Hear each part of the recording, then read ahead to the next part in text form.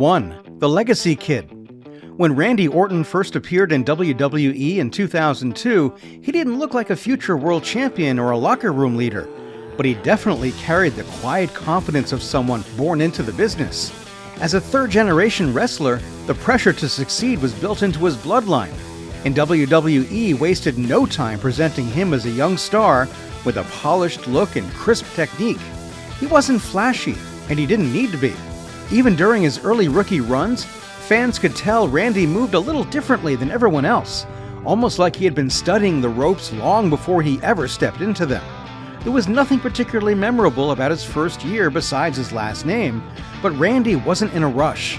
He played the long game and was slowly positioning himself to strike when the opportunity finally came his way. 2. The Evolution Prodigy.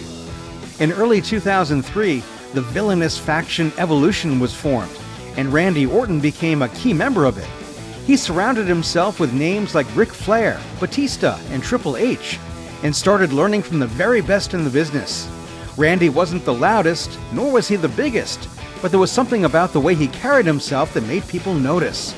Randy would mostly do the dirty work for their leader, Triple H, and the WWE Universe slowly began to take him seriously. He had this unique way of fighting in the ring, which not only made him stand out, but also made him a feared opponent. WWE soon gave him the Legend Killer moniker, and from that point on, Randy started showing flashes of something far more dangerous.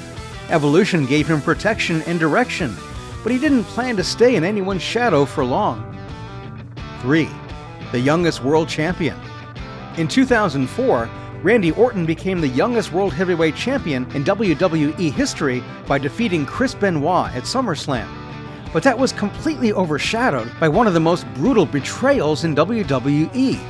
The very next night on Raw, as Orton was celebrating with Evolution, they turned on him and handed him a vicious beatdown. That thumbs down by Triple H will forever send chills down every fan's spine. Orton instantly shifted from Golden Boy to Rebel. He tried to fight the Evolution alone, but was quickly overwhelmed and ended up losing the title a month later to Triple H.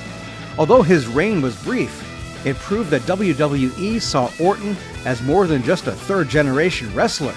They saw him as the future. The crowd response was mixed, but his crisp in-ring work and willingness to carry himself like a main eventer began to earn him some respect. 4. Troubled Period.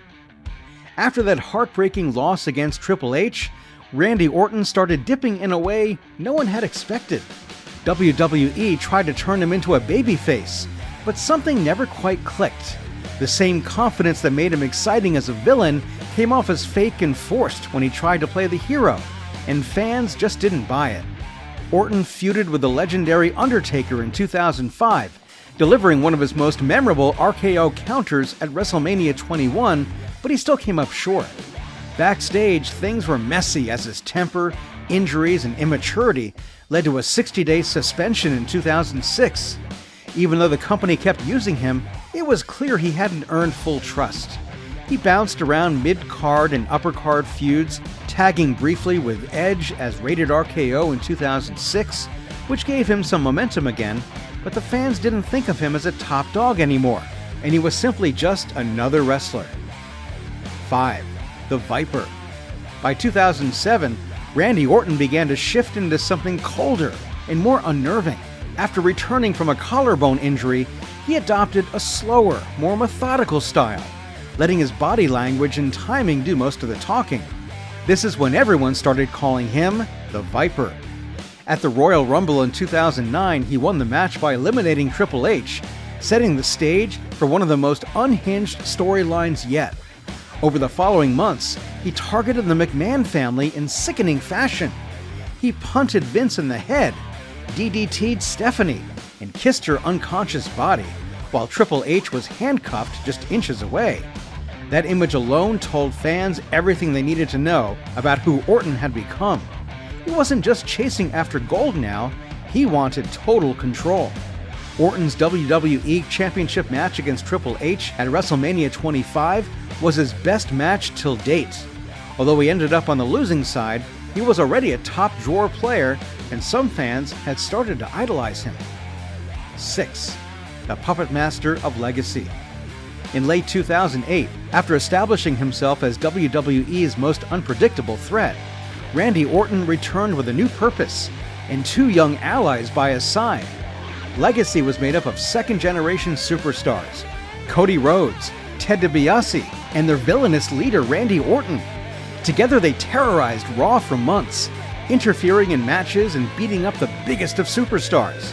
During this stretch, Orton won the WWE title at Backlash 2009, pinning Triple H after Rhodes and DiBiase helped take out the entire McMahon family.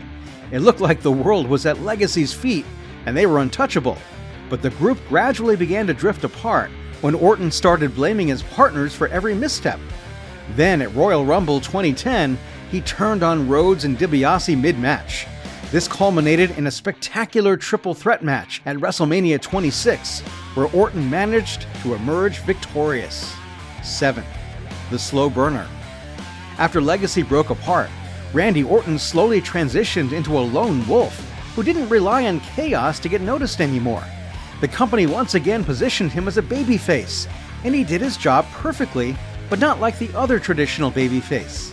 Randy Orton didn't try to force smiles or act like a hero. He'd simply RKO the hell out of his opponents and let his in-ring work speak for itself. He was still cold, calculated, and menacing, but for a good cause now. In 2010, he won his 7th WWE Championship by defeating Sheamus at the Night of Champions. He then went on to beat CM Punk at WrestleMania 27 by executing a spectacular RKO mid-air. After he moved to SmackDown, Orton had a series of heated matches with Christian. Their rivalry in 2011, especially the one at Over the Limit, reminded fans of how technical and intense Orton could be when paired with the right opponent. 8. The Corporate Champion. By 2013, Randy Orton had become a major player once again when he won the Money in the Bank briefcase. That moment set the stage for a storyline that would place him directly at the center of the company's power structure. At SummerSlam, after Daniel Bryan defeated John Cena for the WWE Championship, Orton cashed in with the help of Triple H, who attacked Bryan and made it clear who the company was really backing. From that point on, Orton became the face of the authority, portraying a cold, polished champion who represented what the management believed was best for business. At TLC 2013, he defeated Cena to unify the WWE and World Heavyweight titles, becoming the first undisputed champion of the modern era. But while he held the gold, the fans never accepted him as the true face of the company. The boos were louder than ever, and the rise of Daniel Bryan only widened the gap. At WrestleMania 30, Orton faced Bryan and Batista in a triple threat match for the Undisputed Championship. And although he put up a good effort, Daniel Bryan ended up winning. 9. The Veteran Ghost. At around 2015, Randy Orton was still a big player in WWE and was booked in some major matches and rivalries. But he was often overshadowed by the others and mostly stayed under the radar. Orton feuded with Seth Rollins, which led to an intriguing match at WrestleMania 31. He hit one of the cleanest RKOs in recent history and ended up winning. But then things went downhill from there, as in late 2015, he suffered a serious shoulder injury that forced him out for almost a year. When Orton returned in 2016, he was immediately paired up with Brock Lesnar, and at SummerSlam, he was handed a brutal punishment when Lesnar busted his head open with a series of vicious elbows to the head. That image of a bloodied and unconscious Orton still haunts fans to this day. 10. Wyatt Orton. Randy Orton left the world in shock in 2016 when he joined the notorious Wyatt family. This was a group that thrived on manipulation, chaos, and eerie loyalty. Fans assumed Orton was playing along just to strike later, but the slow build of trust between him and Bray Wyatt made the story feel more unpredictable. A few months later at TLC, he helped them win the tag team titles and constantly stood beside Bray like a loyal dog. On a February 2017 episode of SmackDown, Orton finally gave the fans what they had been craving for. Wyatt had just won the WWE Championship at Elimination Chamber, but instead of staying loyal to him, Orton stabbed him in the back. he shockingly burned down the Wyatt compound and challenged Bray for the title at WrestleMania 33. The match turned out to be an absolute disaster, as it was filled with odd visual projections and lacked emotional payoff. But the build-up had already done its job. Once again, Orton had played the long game. He'd gotten close, waited quietly, and then struck exactly when it would hurt the most. 11. The Silent Killer. By the time 2020 arrived, Randy Orton had nothing left to prove, and he continued to add new chapters to his legacy with frightening ease. He reignited his feud with Edge, beginning with a brutal attack the night after the 2020 Royal Rumble. The rivalry led to a last man standing match at WrestleMania 36 that was long, intense, and personal. They faced off again at Backlash, in a match that was marketed as the greatest wrestling match ever. Whether or not it lived up to that label, Orton reminded the world that his timing and psychology inside the ring were unmatched. Later that year, he began punting legends like Christian, Big Show, and Shawn Michaels, proving that he could still shift into that darker gear. He captured his 14th world title at Hell in a Cell by defeating Drew McIntyre, adding yet another reign to his long list. Even when he wasn't the focal point of the company, Orton could still make any segment feel significant, just by standing in the ring and waiting to strike. 12. The Last Snake. In 2021, Randy Orton reluctantly paired up with a recently promoted NXT rookie named Riddle. This guy wrestled barefoot and rode scooters to the ring. He was the complete opposite of Orton. Cold, calm, and calculated, but they clicked in such a way nobody had expected. Together, they became one of WWE's most entertaining acts, capturing the Raw Tag Team Championships twice and giving Orton a fresh run without changing who he was. But just when he was starting to smile and have fun, disaster struck. In May 2022, Orton suffered a real-life serious back injury that ruled him out for over a year. When WWE didn't offer any update, fans started to fear that his career was over. But in November 2023, he made his long-awaited return at Survivor Series.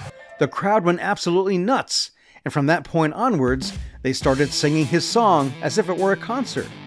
After 2 decades and 14 World Championship reigns, Orton has become a pioneer of the company. He came as a rookie, and now he's become a role model for fans of different generations.